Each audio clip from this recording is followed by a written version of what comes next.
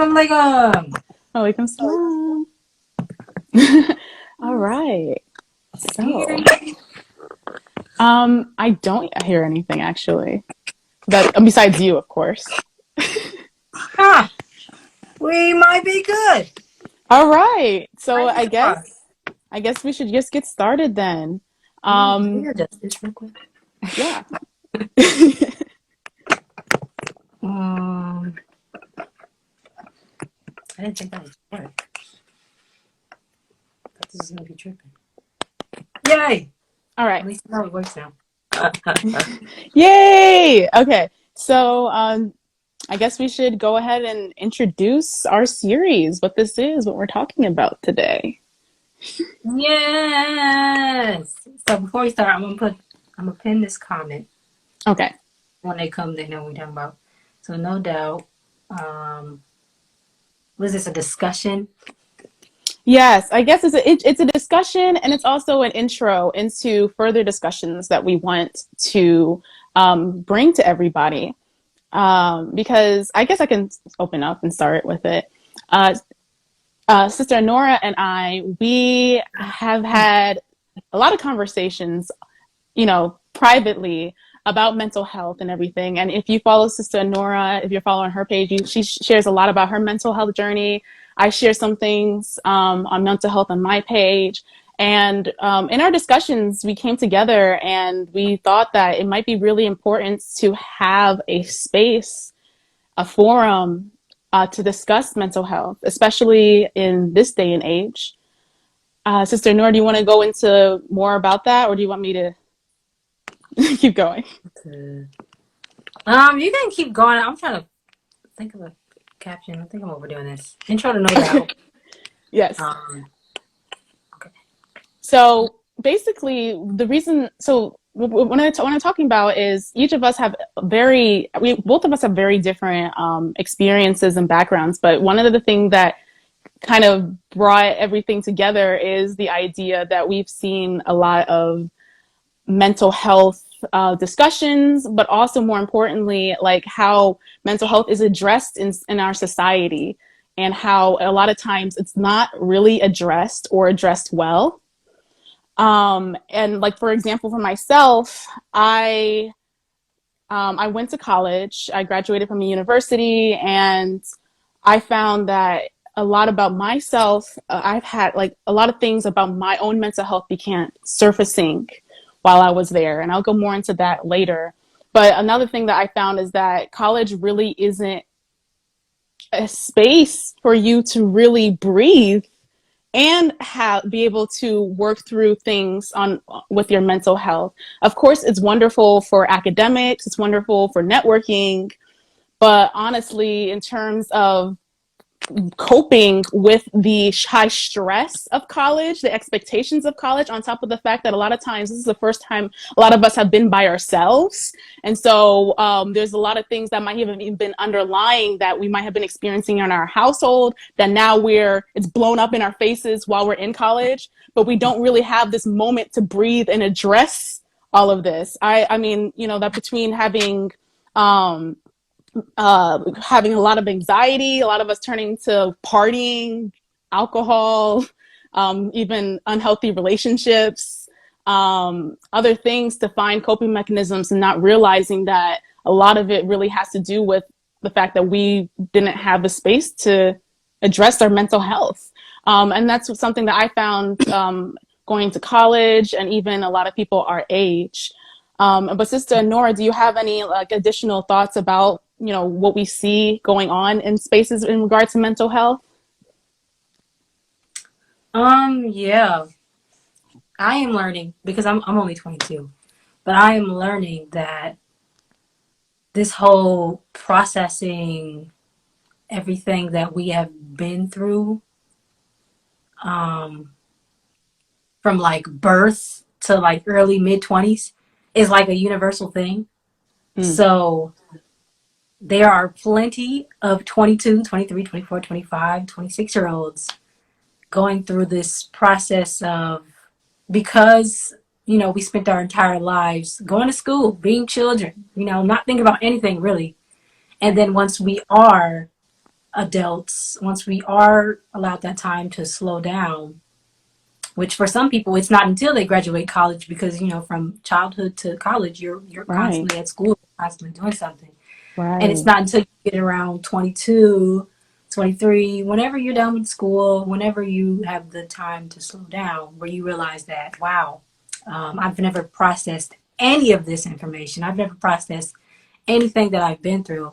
And so now I am hurt and I need to heal. So Right. that's just And something that I picked up. and the thing is like a lot of us, we go into automatic mode. We're on pilot for most of our lives. That's something my nutritionist actually said. So that didn't come from me, but that's something that stuck with me is that a lot of us stay on pilot mode. And it's interesting that you said that a lot of us have isn't into our 20s where we can stop. That's Mhm. what happened with me until after college. I didn't realize Yeah. how bad off I was in terms of my mental state. But even more than that, there's a lot of people who still don't get that break because once you Mm-hmm. finish school, whether it's high school or college, then you have to. A lot of times we're in survival mode at that point. Getting a job just to pay the rent, Yep. having to move out of our parents' house if we have to do that, and then it's not until like a lot of us into our 40s, Mm-hmm. 50s, where we're actually addressing these things that have been painful in our lives because we've just been going in this automatic mode, and this in the world that we live in doesn't allow you to breathe. And so Mm-hmm. discussing mental health in 2022, that also means reflecting back on what came up during the pandemic too, because that was a lot of quiet moment for many of us. Oh yeah. We can speak on that a little later too, because Right. dang, think about that. Oh well, we'll bring it up later. Yes. Yeah, guys, this is just the introduction. We're just giving you an idea of the reason why we're starting this series. But do you Yeah. have anything else to say on this before we go into like who we are? Why are we even doing this? No, I'm pretty sure everything will be answered when we continue on. Okay. So Sister Nora, so I guess we should introduce who we are. Should I start? You want to start? What do you I want can to do? start. I don't really care. Okay, go ahead. Um, my name is Anora. I am a content creator. I'm an influencer in the Nation of Islam. I'm a creative, student of light, student of God, student in the Nation of Islam. Um, a few other things that I can't think of right now, but I'm a person striving to be a person. So yeah, that's about it for now. Well, I'm Qadira. I am currently a tech coach, and so I help small business owners and leaders get into understand the digital space and what it means to be in the digital space. Um, I born and raised Muslim. Islam is my life. Um, Honestly, in terms of like the mental health aspect, as I said earlier, I began studying the things about the mind when I was in middle school and early high school, and I found it really fascinating. But it was just like the knowledge itself, right? Not Mhm. actually necessarily some work with it, but not really doing much with it. But then at that time, I was also in a different place in my life. Like I said, it wasn't until college where everything kind of just blew up in my face. Mhm. And I guess I can talk more about that later. But I had a lot of anxiety. I was very depressed. And that might come to, if anyone's on this live who knows me from that time period, unless you knew me like really, really closely, you probably didn't know that because I faked it till I made it, basically, in terms of like, there were times where I would just be in my room and I literally felt nothing, no emotions. I didn't want to get out of bed. I didn't want to do anything. Mhm. But I was so active on campus. I was like the Student Government Association president my senior year. I had a 3.98. I graduated with a 3.98 GPA. I was super, super involved on campus. So you wouldn't know that about me because my coping mechanism was just to keep going, you know? And so there were times where I just genuinely did not feel happy, like, or any, like I said, or anything. So it wasn't, I had a mentor at the time who was very, very helpful through that process that I knew through my university. I got, and that helped as well, but it wasn't really until I graduated and had to sit with everything, especially like being, because I was burnt out. Um, and the burnout made it really difficult to want to even have a motivation to find a job. So, that's where my mental health journey, I think, really began. And this process of starting to actually do the work. And that's the important things. It's not just studying and taking in everything, even taking in what we say today. Mm-hmm. It's also applying it and really being honest with ourselves where we are right now and what we can keep and what we do to process that and move forward. Actual facts. Dang, something I want to touch on that you just said. Oh yeah. Um, Not realizing that you have all these things wrong with you until after you're allowed the time to slow down. For me, that was 18 because I did not go to college because I didn't know what I wanted to do in my life. So that's what helped. That actually is what put me in my depressive state because like 18, up until 18, I was at school doing, being a child, and then all of a sudden, Doug Lewis slapped me in the face, and I was just like, "Whoa, what is this?" And it just spiraled down from that point Mm. until I got myself back up. But great introduction. That was beautiful. Now, what did we? The first part that we were going to talk about was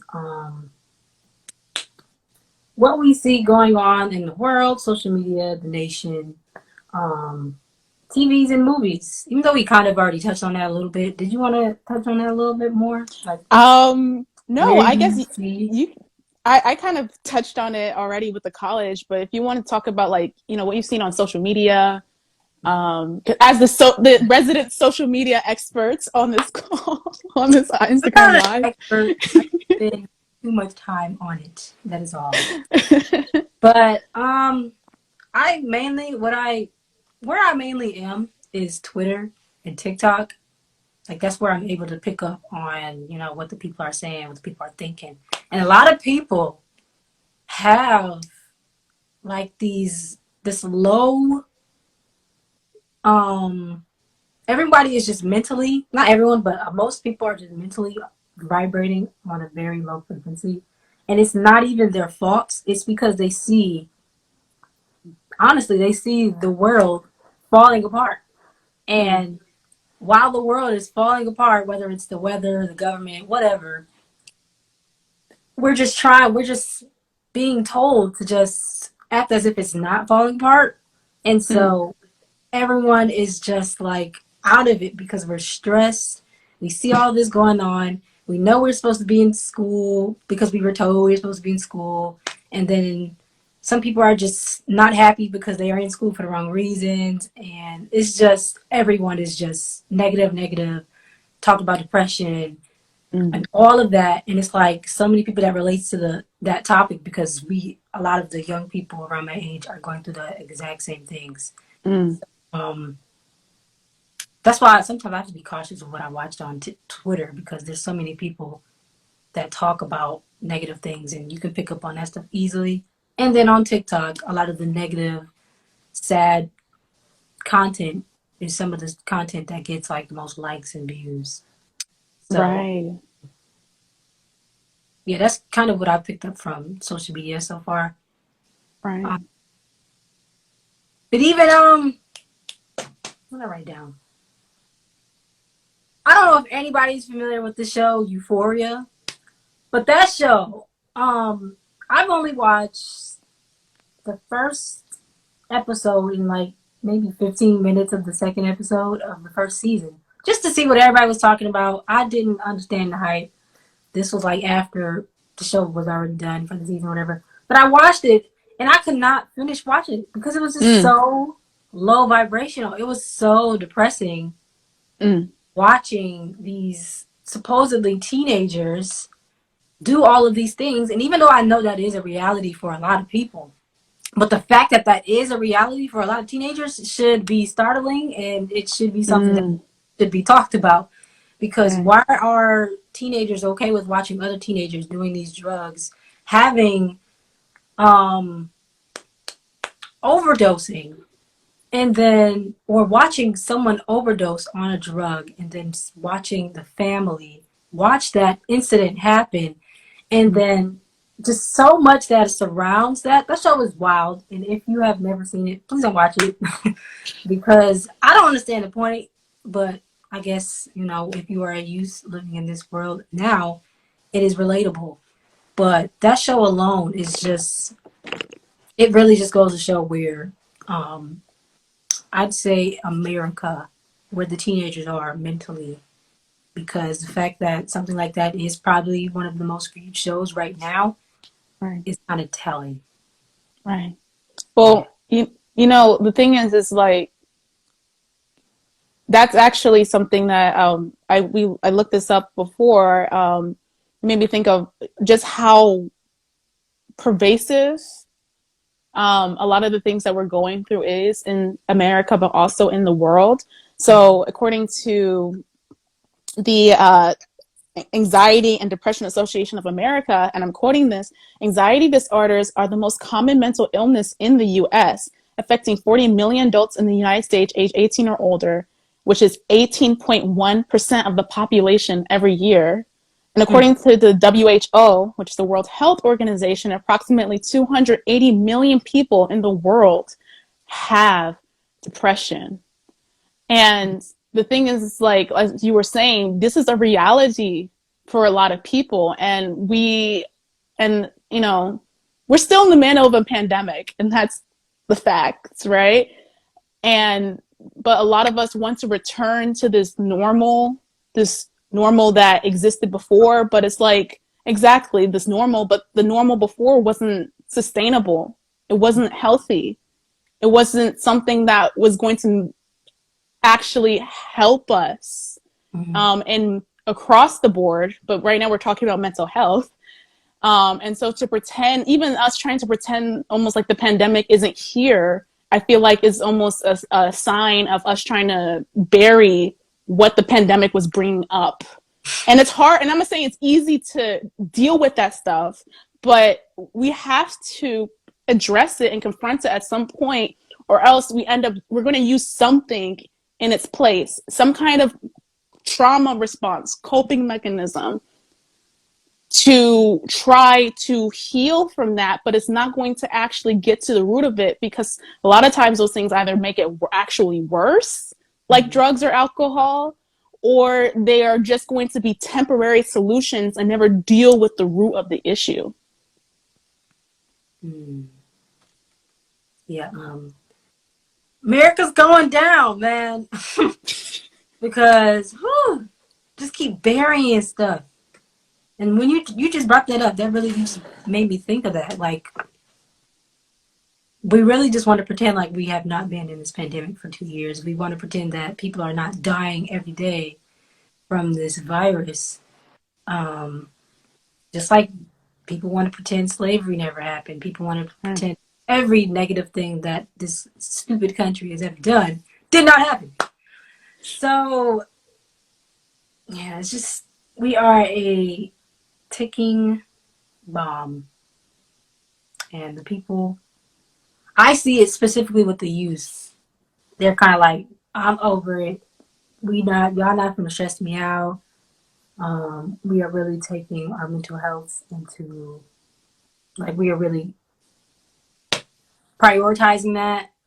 And yeah, it's And someone said, commented, definitely not just an American issue.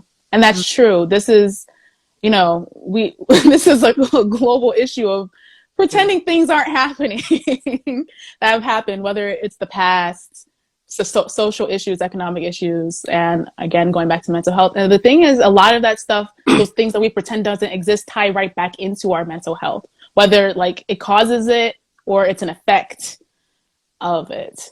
But I guess that kind of leads into what we want the audience to get out of the series. What we are hoping, we want takeaways. We don't want to just be like just talking to talk. Mhm. We have a goal of, letting this be, like I said, as I opened up, let this be a space for us to begin really having those harder discussions with ourselves, right?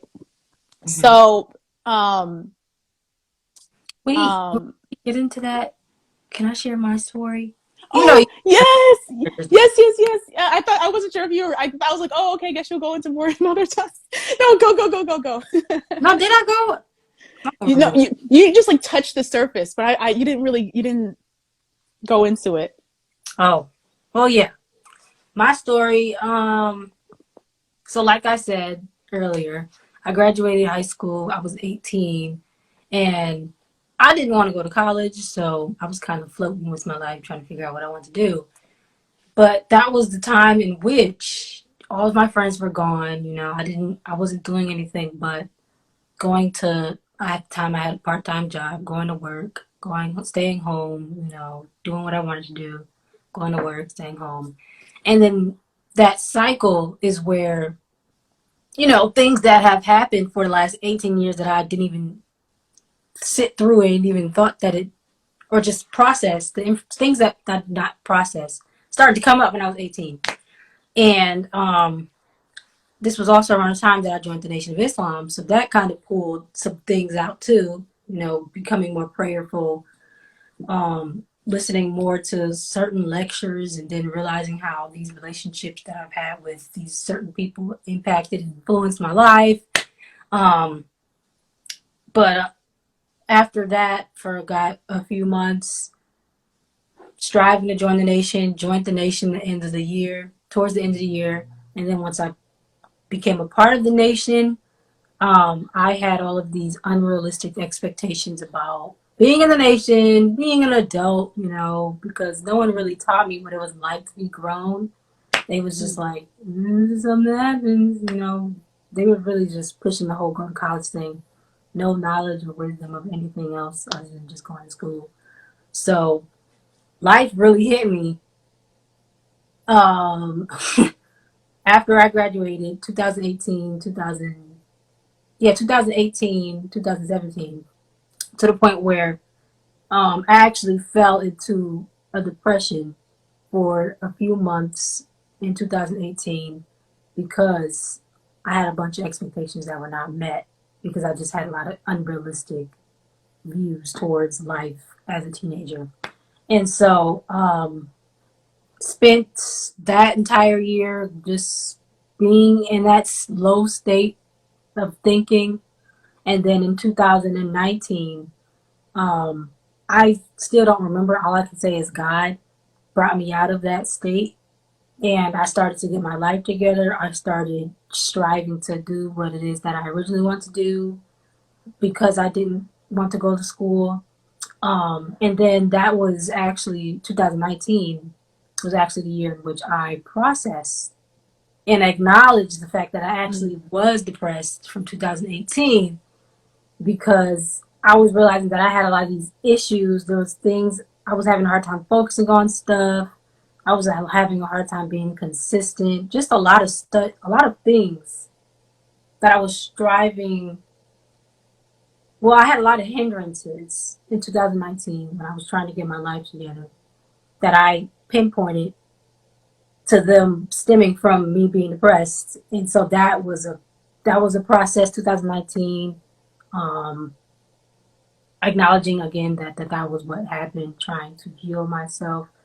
2020 comes. That is when, yeah, 2020 comes. That was when I really started putting forth the effort towards healing. um Mm. I really made that effort like the beginning of the year, and then the pandemic hit, so I was kind of forced Mm. to heal, to look inside and do all this inner work. So Mm. during 2020, more so towards the end of that year, that's when I actually got help, which Mm. was something I didn't do. Something I should have done a lot earlier, but I ended up Mm. getting help, and that help is what helped me get my life together.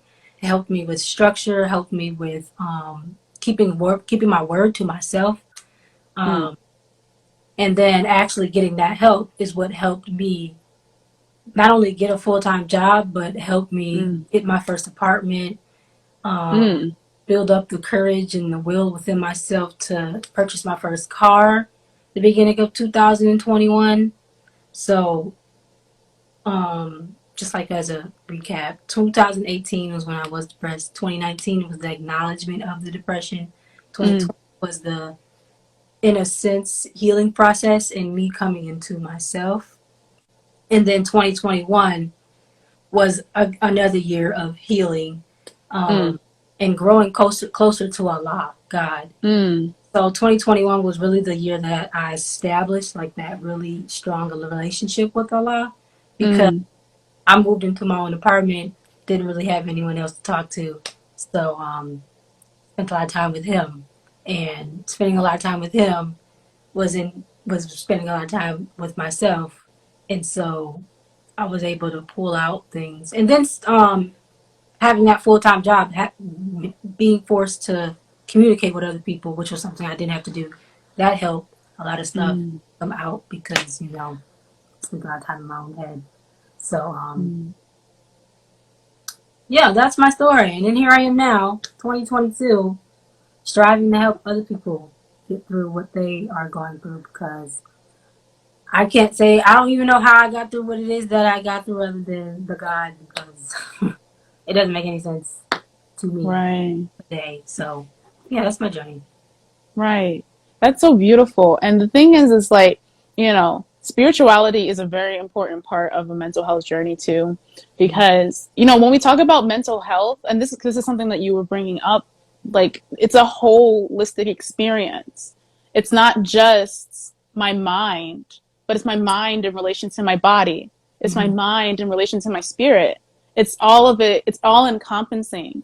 And so, because like I was just thinking about like my moments of like I was working on like once I graduated college, I did some things here and there to work on my mental health, but it Mm-hmm. really honestly it wasn't until I got help as well.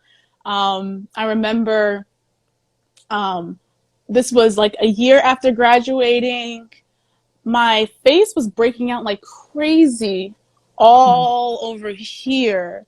And I'm just in general, like, my face just doesn't break out like that. So the fact that it was just like all over my face and I was trying to find all these solutions, like going online. I checked out like different like internet estheticians because I couldn't Mm-hmm. afford a real esthetician at the time.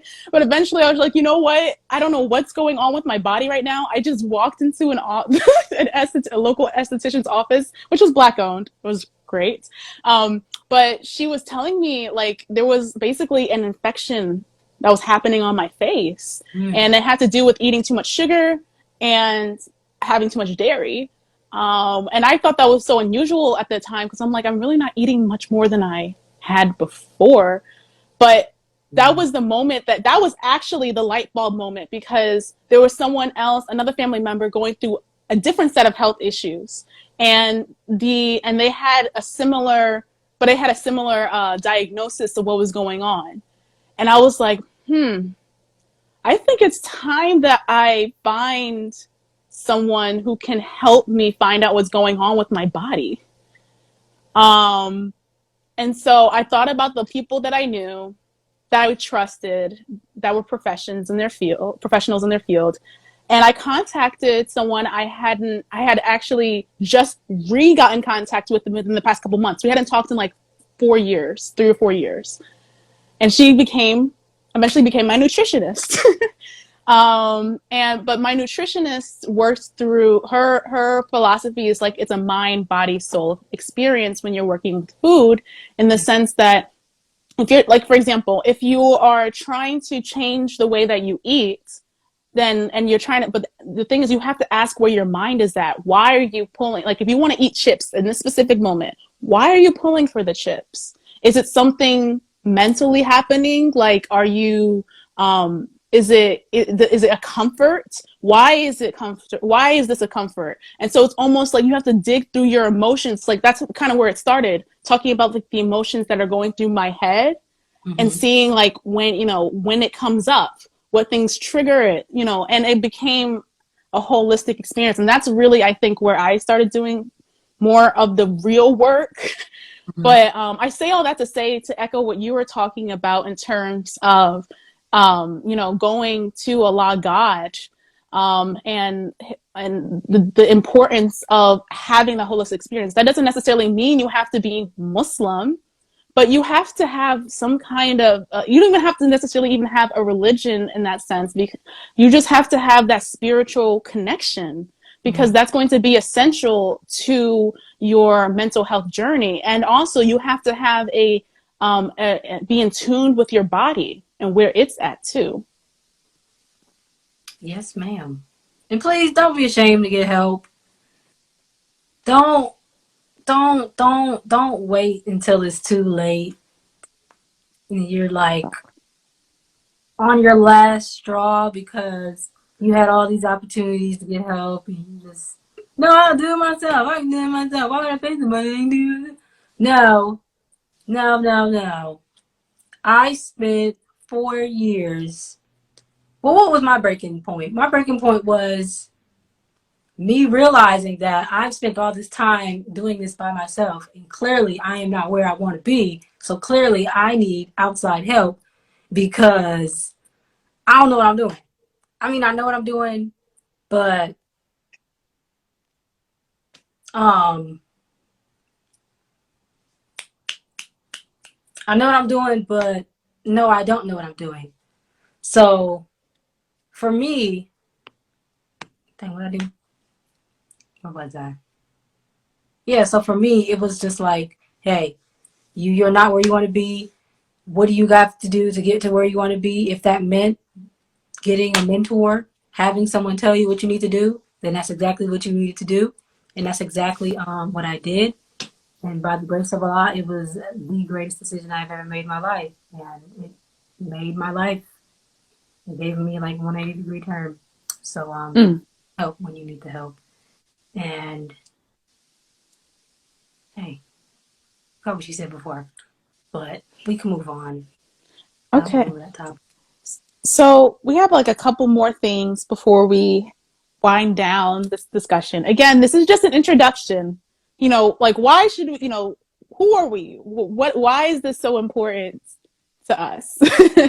um, and in terms of, what we want, like we were saying earlier, we have a really, an intentional reason why we are doing this series.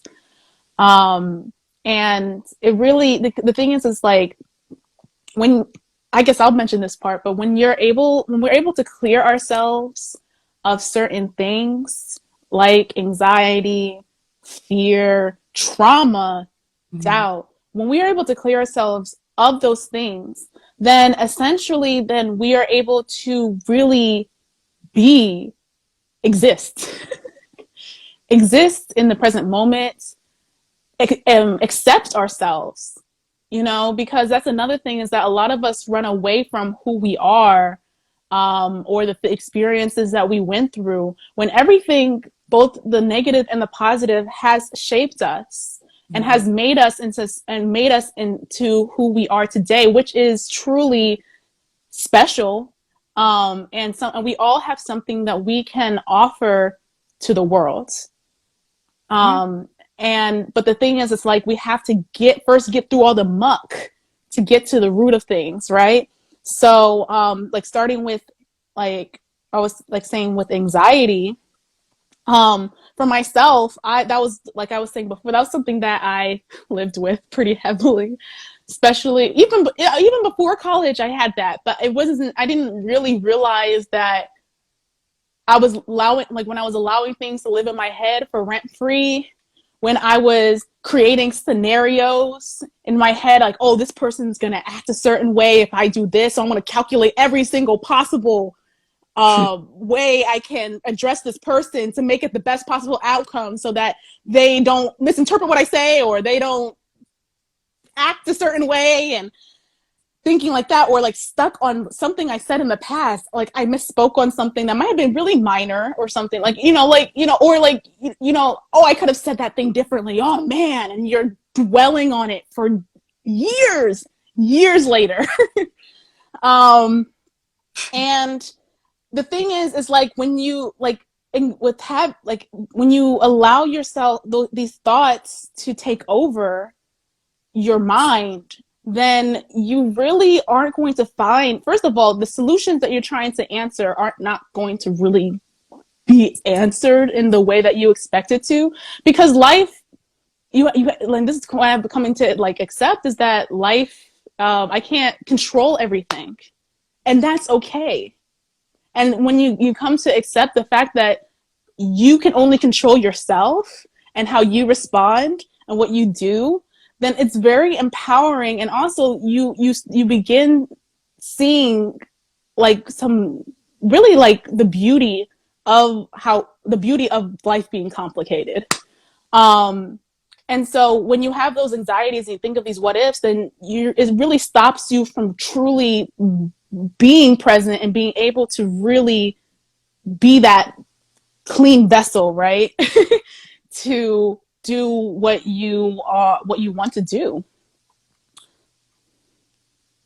Yeah.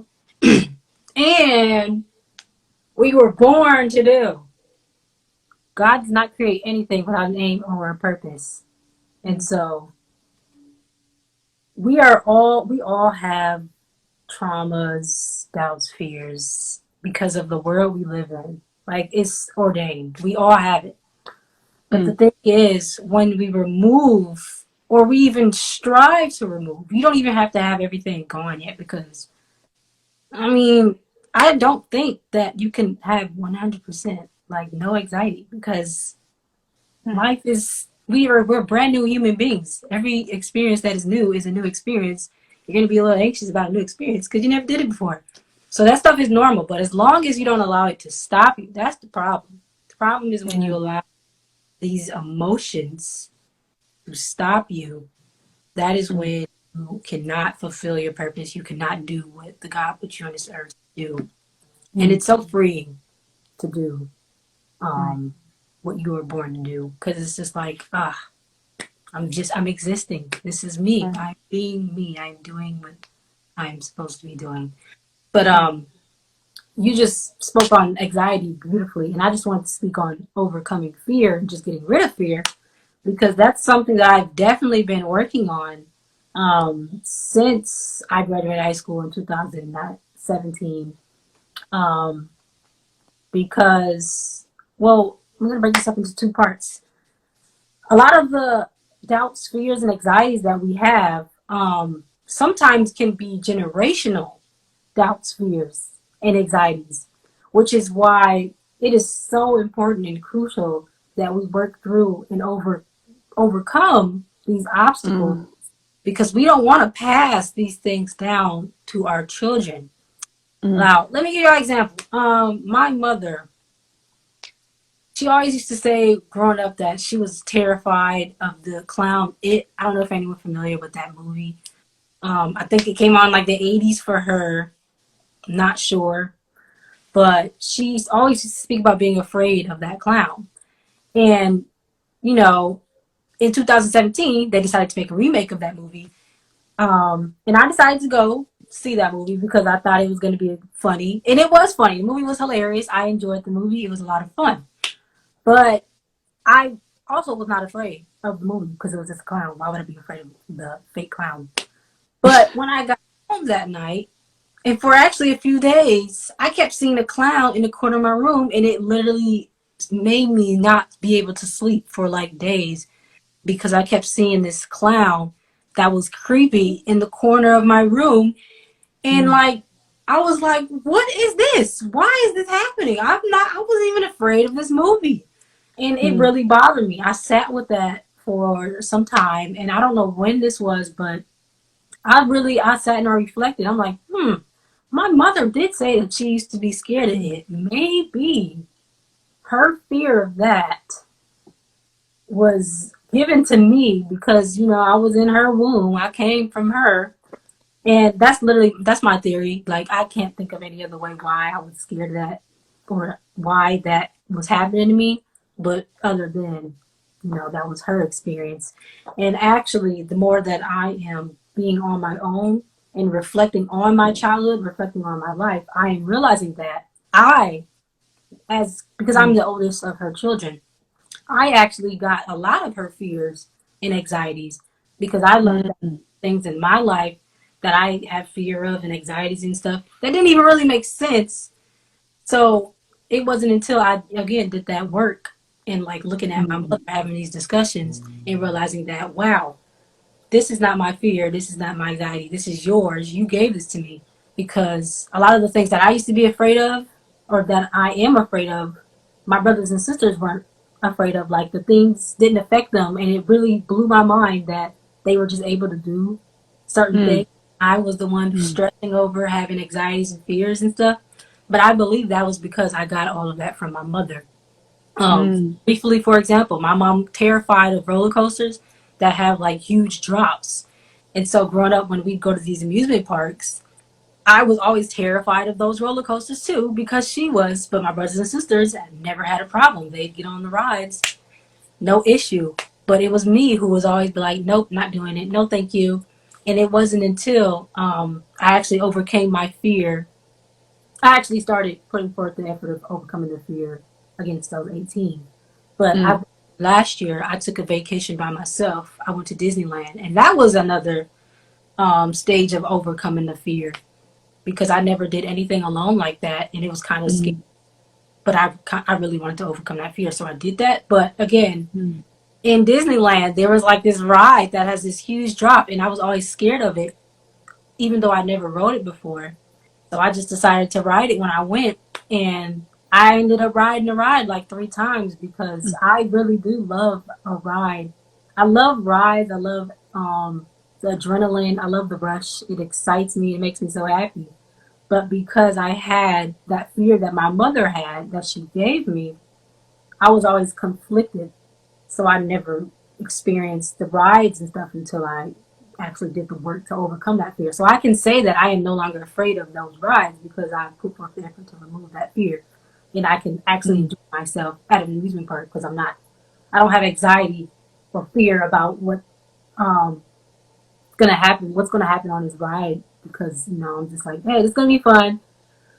I'm not even worried about this or that because I enjoy this. This is not something that I am scared of. I like this. right. So, yeah. There's a couple things from what you said I want to touch on. First of all, how something that might seem really minor Hmm. can actually have rippling effects. Like you were talking about, like just realizing, for example, something I'm not saying that what you went through is minor, but minor in the sense that fear of the it clown, right? Fear of Hmm. the it clown made you realize that, oh my God, once you can like realize that, like I have fears that my mother had. That's a big deal because once that is revealed, then you can begin addressing other underlying issues. And Yeah. so even when we talk about doing the work, it doesn't have to mean that you are starting with something huge and dramatic to work on, because in actuality doing the work is not an overnight process. It's why it's called work. It requires effort, it requires time, it requires that sometimes you're going to fall backwards a little bit or maybe completely, but not being like, but then getting yourself back up and continuing on with the journey. That was one thing I want to talk about. There was another point I wanted to mention now that you brought it up, which is about trauma. So you talked about generational trauma, and a lot of times we see trauma in general. When we use that word trauma, I think especially in reference to like the Black community and probably other communities, we think of things that are really severe, like abuse, neglect, Hmm. slavery. We think of these really huge, painful moments. And so when we talk about healing with trauma, we only think, some of us might think, oh, I don't have any trauma to Hmm. work with. or work through. But the thing is that trauma really, and I'm getting this definition from holistic psychologist who I would highly recommend. She's on Instagram. She's incredible. She really talks about trauma in the root of it. Um, and trauma, as she says, are wounds of the past. Mm-hmm. So that means when you have had a painful experience, whether it's like something that it was painful and you forgot about it, or painful and it stuck with you for the past 20 something years, all of that is trauma. And so trauma can look like your parent ignoring you when you were talking to them, because as a child that's really painful. And then, and then we end up, if that happens enough, or happens where it sticks with us long enough, and we start using certain coping mechanisms to be heard, and be seen. But the thing is, and so when we talk about trauma and generational trauma, the thing is a lot of the things that we experience as trauma started when we were children, in our childhood, how our parents raised us. So if our parents aren't aware of what they're doing, or not trying to change, then they're going to pass down what they have to their child from how they parent. Mm-hmm. And then we take that on, and we go through life on autopilot. And if you end up having children, then you'll have children. You raise your children. Even if you say, "Oh, I'll never do this thing again," that's just, there's also these other aspects that you still haven't truly healed. So you might not completely resolve it unless you actually do the work and heal the trauma. So it's really important to, especially for those of us who plan on having children and we're young and we don't have, I'm not young, but we're planning on having children and, we don't have any yet. This is the time now to heal. This is the most important time. So that, because people talk about like we're bringing our children to a world that's really messed up. And it's really messed up. But that's why we need to do the work, like collectively too, and not pretend, like we were saying, these issues, these institutions, these things are happening don't exist, and actually confront them. Mm-hmm. But I think that's happening though. Like our generation, we ain't playing no games no more. Yeah, I can just see it though. I do too. Do you want to talk about doubt? That's the other thing that we want to address, and it's the whole name of our our series is called No Doubt. No doubt can. How should I structure this? The whole doubt piece. How it's like an impediment to development. Well, we can start. Yeah. Well, I guess we can start with the idea of doubt. Really is something that is stemmed a lot of times in in the other things that we mentioned before, right? Having anxiety, having fear, having trauma, a lot of that can produce the doubt that we have. And when we have doubt, then a doubt essentially prevents us from really actualizing the things that we envision in our heads. Because the thing is, that's what anything ever comes from. Anything that we see that's come to existence, that it starts with thought. And if you have any sense of hesitancy in your thought of you being able to accomplish what you working to do, then that is going to make it a lot more difficult to bring that thought into reality. And I mean, speaking personally, like I had some doubts that, like, in terms of even trying to start my business, that came from difficult experiences of the past of trying to get money.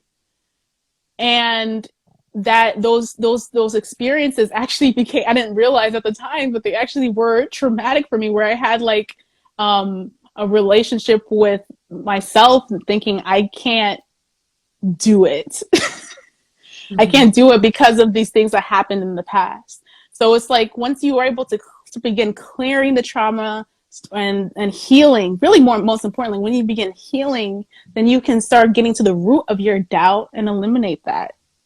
And Mm-hmm. now, you have anything else to say on that, Sister Nora? You just made me realize that emotional trauma is a thing. Like completely forgot about that. Like it's Mm. a very strong emotion, and because you felt that very strong emotion, that's like a traumatic experience. Wow. Mm. But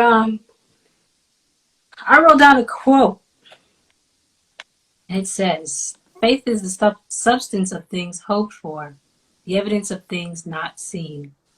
I don't remember, but it was from Hebrews. Do you remember what book? 11-1. 11-1. Bing.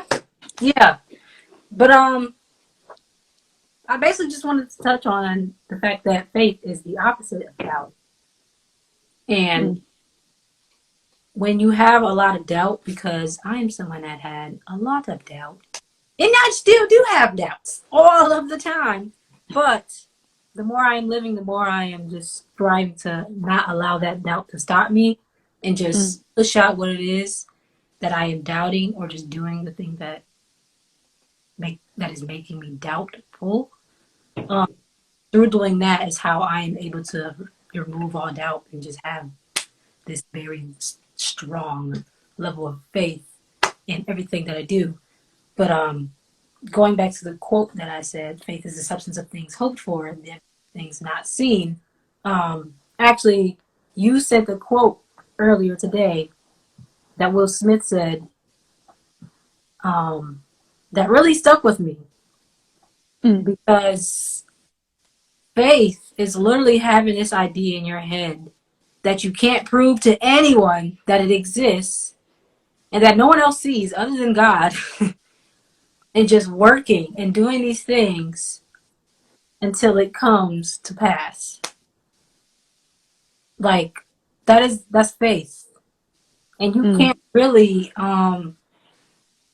you cannot be who the God put you on this earth to be. You cannot fulfill your purpose without having faith. Mm. And again, faith is the opposite of doubt. Um yeah, no need for a plan B, because you just keep working until you figure it out. That's honestly where I am. Mm. For my journey, actually, when I was 18, didn't want to go to school because I wasn't really feeling what I was supposed to be doing in college.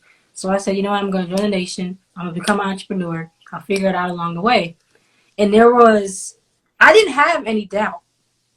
I had all of the faith that I knew that I'll figure it out eventually, because that summer that I graduated, I was 18. I was just so consistent with my work. I was so at it. My mind was just so focused on the work that I didn't care what Mm. anyone said. But because I had people constantly asking me questions, kind of doubting what I was doing, that eventually affected me to where I just stopped creating work, because I allowed their doubt, their questions, about when I was Mm. going to school, what I was doing in my life, all of that stuff. I let all of that dawn on me. And that actually is what stopped me. And that actually is what fueled me falling into my depressive state that following year. Mm. So, where's I going with that? Yeah, doubt brought me into that state, and then faith brought me out, and Mm. just pushing through and doing like a bunch of stuff, or just really just doing the things that I thought that I should be doing in that moment, is what made me more faithful in what Mm. I was doing.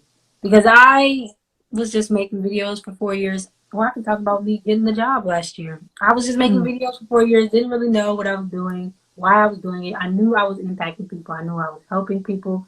But yeah, I don't know. I was struggling financially. I was struggling Mm. spiritually. But I just knew that I was supposed to just keep making these videos because it was making people happy. And I Mm. had no doubt that I'd figure it out. I didn't know how, but I knew that eventually stuff was gonna start making sense, and I was gonna find my why, whatever. And lo and behold, last year, um, when it came to actually creating the content, I actually ended up getting a full time job, making money that I've never seen in my entire life, just making Mm. short form videos. Doing Wow. I had no idea why I was doing it, but the God knew why I was doing it. Of course, because He wanted me to master that, where I can do that as a full time pace. Um, and then not only that, I also got a phone call last year, um, for which I was asked to be added to this media team, the Nation of Islam. We have a media team called NGT Studios, in which we create content for the world. And so when I received that phone call, that was kind of like a, oh my goodness, the God really created me for this moment in time. This is exactly why I spent the last 4 years making all these videos, doing all Mm. this stuff in front of the camera, because I am supposed to be doing this. So all of that, working and kind of having doubt at times, but at the same time, not allowing myself to sit in the doubt, always having that faith in the idea that it'll all start making sense eventually, is how I ended up being where I am today. And Mm. so, This is so interesting because the yeah, all praise due to Allah.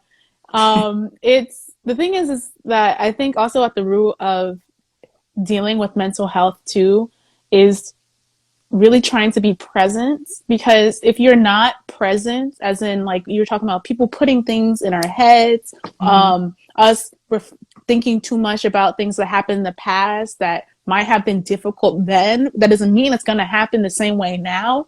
That prevents us from being in the present, and the presence is where we're in tune with the universe. mhm, And we can't, and this is something I worked on this past, I guess, 2021, was what does it mean to be in flow? mhm, Um, mhm, and without being, and once you're in flow, then you are able to really actualize those things that is the faith. Because the key here, and this is especially for people who might not be Muslim, who might not even have any religion at all. mhm, Um, the thing is, a lot of us think of faith as something that's just kind of floating around and it just happens. But mhm, the thing is, it says it in that verse in the Bible, it's the substance of things hoped for. The evidence. The evidence means that it's reality, that it's real. And it's just that you have this foresight, this clarity, this clairvoyance to see into what is going to actually materialize and actualize. But mhm, how are we going to do that if we aren't in sync in the now? mhm, Because you have to know what your present circumstances are. You have to know what things might unfold, even obstacles that might come into your path along the way, and be prepared for that.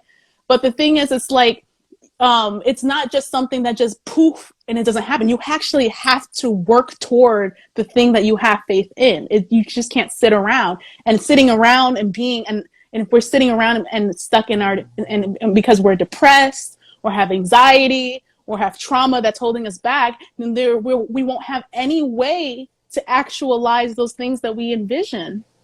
mhm. These are truths. That's, Anyway, I'll go mm, ahead. let me think about this. Because who we are right now, currently in this moment, is a result of what we did in the past, or what was done to, what was spoken to us, what we thought. Everything. Who we are right now in this moment is what happened in the past. But determined or based off of what you do right now, will determine your future self. Right. So, what did you say? You said something along the lines of the impediments of getting. Um, You said something along the lines of fear, didn't you? Honestly, sis, I spoke from the top of my head, so Dang! I, I can't go back to it. Okay, come on, brain. Dang, because you was spitting. And sometimes when people like say heavy things, I try to remember it, and then they keep talking. And I'm like, no, I don't forget. But dang, I I guess mean, here's the thing: we have future lives for this, so you're right. this is like again a reminder. This is just the beginning. This is we're not even going that deep. This is really honestly, this is like surface at the Mhm. moment. We're just kind of going a cursory over the different things that we are going to be discussing. But I guess it's time to transition into the questions that we have, the question that we have for everyone to do, right? Yeah. So, in that same note, because this is the introduction, we actually have a question for you all, and that is, what do you need help with? Oh, how can we help you? Because we really want to tailor this to what you are looking for.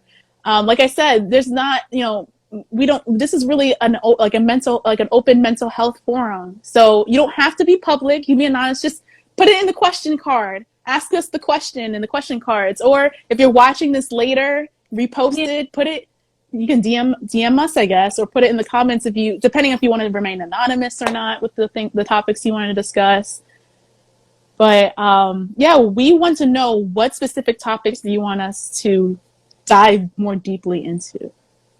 Yeah. And I believe there's like she said it. There's a question box like at the bottom. You can add questions there. But at the same time, when this is over, I might not see it. So if you want to just comment right now, if you have a question at the top of your mind, you just want to answer, just put it in Yeah, the comments. I'll either write it down or screenshot it or something. right. But And yeah, And someone asked, is this monthly? We are going to be, well, not yet. We are going to, this is just the introduction, like the pilot, so to speak. So we're going to announce the official schedule, like how often we'll meet and everything, in early February. So look forward to that. Um, and, um, I can talk about that one. Oh yes. So we already have someone in the comments talking about confidence. So that is definitely something that we need to talk about. Why Avatar is the greatest of all time. That's actually an issue. I wonder how we can make some mental health ties to that.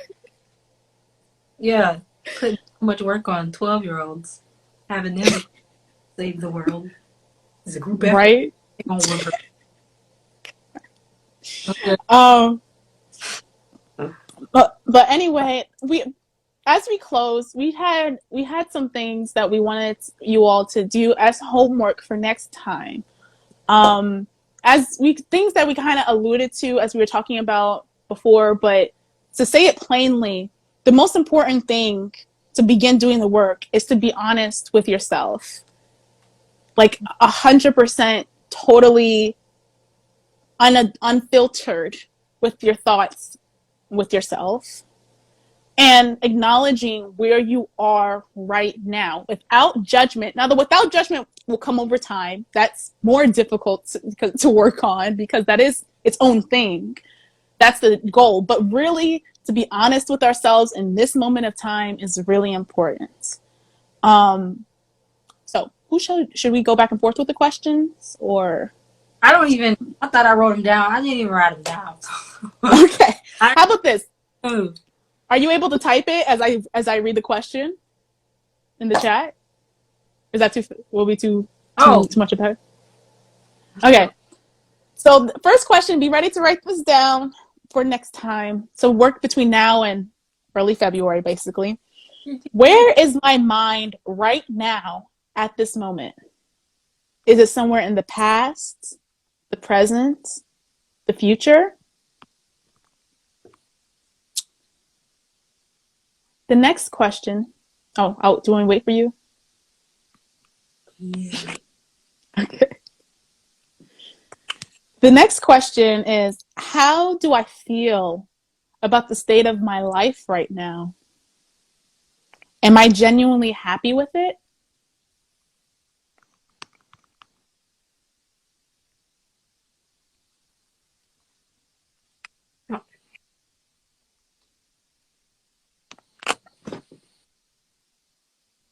And the next one, we have a couple more. How have I been treating myself lately? Am I being nice or mean to me? Okay. Autocorrect. What is this? Can you repeat? How have I? Sure. How Myself. have I been how have I been treating myself lately? Am I being nice or mean to me?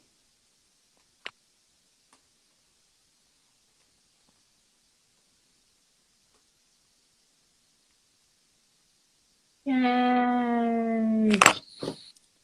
And this is the $1 million question of all questions. The next one is, do I unconditionally love myself? Why or why not? And I'm going to define unconditionally. Unconditionally means without any limits or conditions. So, do I love myself without any limits or conditions? Do I love myself? Again, the question being, do I love myself unconditionally? Why or why not? And with those questions, like I said, this is some journaling work to do um, for the next time. The best thing to do is to, if you are able to pray or meditate before doing these questions at a time where you can get the most quiet. If you are in a place that you are blessed to be in the hot sun right now, going Ugh, outside would jealous. be right. Me too. Going outside would be a good idea. Go to the park or find as reclusive of a place in your house as you can, given whatever circumstances you have, and go over these questions. And with that being said, do you have anything else, Sister Honora? No, but we do have a question. It's only one though. If you want to answer it, I mean, Oh, where is it? would you be able to see it if I click on it? Can you see it? No. Do I just hit the question thing? Yeah, you should be. I think you'll be able to see it now. Oh, there we go. I didn't Yeah, see that. Thank you for letting me know. How to get back to it. Ooh, okay. So, want to answer that now, or do you want to save that for next time? yeah, we can. I mean, just I don't know how you keep it brief, but I don't know. Okay. What do you? Um. Okay. How about this? I'll give one thing that you can do now. I'll ask the question is how to connect to your inner self. What are your practices to connect to self? Okay, so I will give let's just say just one thing that you can do, but that really is a topic in and of itself. My this is an exercise that you might be able to do for next time. Understand that your inner self is really who you are without anybody else or any like society, your parents, your friends, without their expectations and the expectations that you anticipate that they have, because your inner self is really your child, you might hear your inner child, some people call it. It's everything without the gook. So how do you connect to that? Oh, go ahead, sis. You can go. Well, I just wanted to add, it's who you are before the outside world told you who you were or shaped and molded, Mm, convinced you who you were. right. And so, how do you connect to that? It's a process, but I will say start with this for until our meeting next time. Is what's something that you enjoyed as a child? Just choose, like, you can write a list of things, anything. It could be like Like I loved eating strawberry ice cream. I loved dancing. I joined chorus when I was a child and was singing all the time. Like, right? Like, just spend like 10, 15 minutes writing down a list of the things Mhm. and pick one and do it. Just don't care about what anyone thinking. Like, if it was like, oh, I love dancing as a child, like I love dancing in the living room when nobody, like everyone was watching, and I do it now. Like, even if you have a like you're with your family and you feel like, oh no, they're gonna think, do it. If that's what you did as a child, just do it. Don't worry about it. Just dance. If you're by yourself, just dance. Whatever that thing you choose, and connect with the joy that you had with it as a child. Mm. I mean, yeah, pretty much what you just said. You asked the question perfectly. Um, but if the question is, how do you connect to your inner self, like me specifically? Like someone said earlier, I identify my inner self as my inner child, and because to at my core, I'm a child, all day, every day, faithfully. And I don't even care. And I think that's one of the dopest part about being an adult because at heart I am a child. And you know, when you're a teenager or whatever, people be like, stop doing that, you're childish or whatever. But now that I'm grown and I don't care about the opinions of others, really, um, I can just be my childlike self and like 1000% be okay with it. So for me, it's watching some of my favorite Pixar movies. Um, Painting was something I've always been drawn towards since I was in elementary school. I can just remember always loving art class. So when I'm painting, I feel like I am at peace. Like the world is just silence, and it soothes me because not only do I believe it's a gift, but it is also just it just connects me with being a child. Arts and crafts. I love doing things with my Mm. hands. Um, what else? Just playing. Like always, I've learned that because I'm an adult now, I do have responsibilities. I do have to work. I do have things that I need to do. But I found that when I do that too much, I hate it. And it makes me feel like I'm quote unquote grown. So I always make time to have fun. I always make time to do something Mm. um, that entertains my inner child. So, for example, I grew up going to the movies a lot with my Mm. father. And so I love going to the movies. I love the atmosphere, you know, getting snacks and stuff. And I go by myself all the time simply because it's therapeutic to me to just be at the theater watching a movie, just forgetting about life for an hour and 30 minutes. Mm. Um, what else? Indulging in going to get ice cream if I want to go get ice cream. Um, just things that, just like little things that literally make me happy in that moment. And that is me, my idea of feeding my inner child, my inner self. Mm. So, so yeah. Mm. That's really deep because it's like it's things that bring you joy. Mm-hmm. It's like that's the root of it, right? It's the things that. Oh, and music. I Oh love, yeah. I don't know what it is. I have been trying to sit on this. I think it's because of my parents. They love music so much. My dad loves music. My mom loves music. And I think that's why I'm just so in love with it. Like music makes me emotional because because of them. So when I'm listening to like a good song that I used to like as a teenager, I like to listen to a lot of my music from high school because a lot of it isn't too bad. But it just makes me happy. It's just I don't know. It just fulfills my soul. And I just love music. And when I'm listening to music and I'm painting, it's just like heaven. So yeah, that's how I'd answer that question. Just do Oh, I love it. And you gave people a bunch of ideas of things to start doing too, through the things that you enjoy. mm-hmm. Well, this was, well, I guess besides like that question, I don't have anything else, but that, thank you everyone so much for tuning in. Mm-hmm.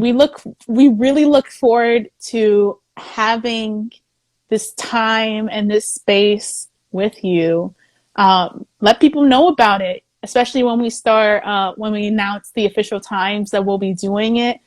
The Mhm. idea is that we'll have different topics to cover, to really delve into. As I keep saying, this is just like the sprinkling over things because, you know, Mhm.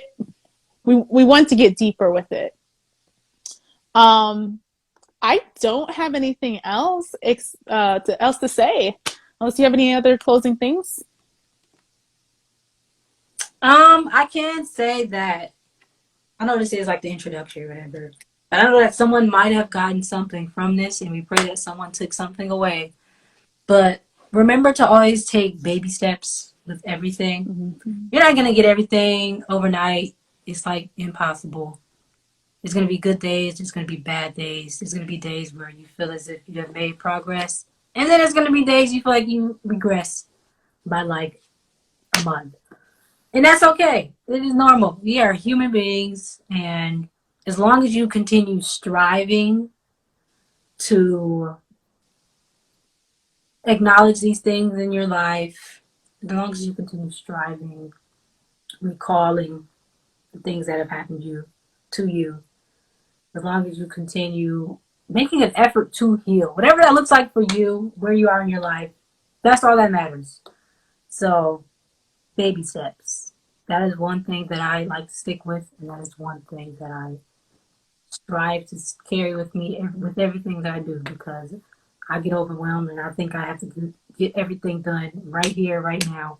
But I am in the tune with the universe and with myself, and so I have faith that things are going to happen when they're going to happen when they're meant to happen. So baby step, Mm, baby that step. then that's the truth. Baby steps. No better way to say. You said it perfectly. All praise due to Allah. All praise due to Allah. But yeah, you pretty much said everything. Thank you guys for tuning in. Catch you guys in the next one. We will definitely let you all know when the next live will be. And again, comment on this video if you have any questions about mental health, things that we probably should go over, whatever. Just comment, DM us, and yeah, peace and blessings. Thanks, everyone.